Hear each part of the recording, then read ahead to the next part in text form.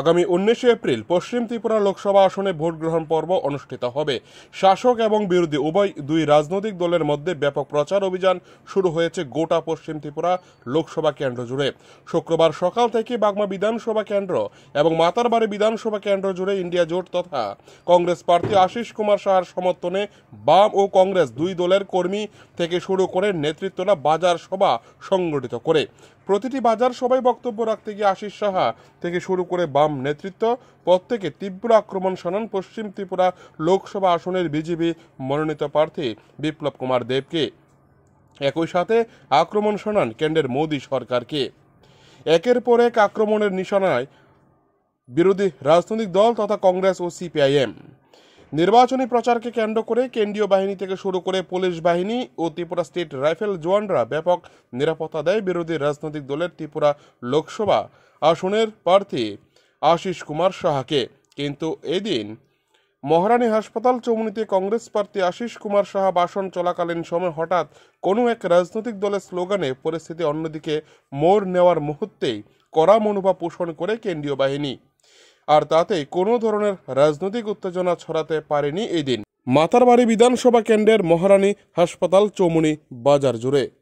দিল্লি থেকে রেজিগনেশন লেটারটা ওনার সই করিয়ে ওনার হাতে ধরিয়ে দিয়ে ওনাকে বলা হয়েছে যে একদম সোজা তুমি বিমানবন্দরে নেমে রাজভবন যাবে, ডান বাম করতে পারবে না, রাজভবনে গিয়ে এই পদত্যাগ পত্র তুলে দিয়ে তারপর তুমি বাড়ি ফিরবে। বিপ্লব দেবের অপমানই শুধু নয়, বিপ্লব দেব কি কারণে পদত্যাগ করতে বাধ্য হয়েছেন এটা ওনাকে ব্যাখ্যা করতে বলবেন। কিন্তু রাজ্যের মানুষ যারা মুখ্যমন্ত্রীর আসনে বসিয়েছিলেন, কেন্দ্রীয় নেতৃত্ব বিজেপির এই রাজ্যের মানুষকে অপমান করেছে, এই রাজ্যের গণদেবতাদের অপমাননা করেছে, এই রাজ্যের মানুষের মর্যাদা হানি করেছে। এখনো একটা ব্যক্তি আবার এই নির্বাচনে লোকসভার প্রার্থী হয়ে আপনাদের দ্বার প্রান্তে এসেছে। উনি ভোট চাইতে আসবেন, জিজ্ঞেস করবেন যদি সেই দিন আপনাকে পদত্যাগ করিয়ে অপমান করা হয় রাজ্যবাসীকে, আপনাকে কি কারণে আবার সংসদে পাঠাতে চাইছে, কেন আমরা আপনাকে ভোট দেব?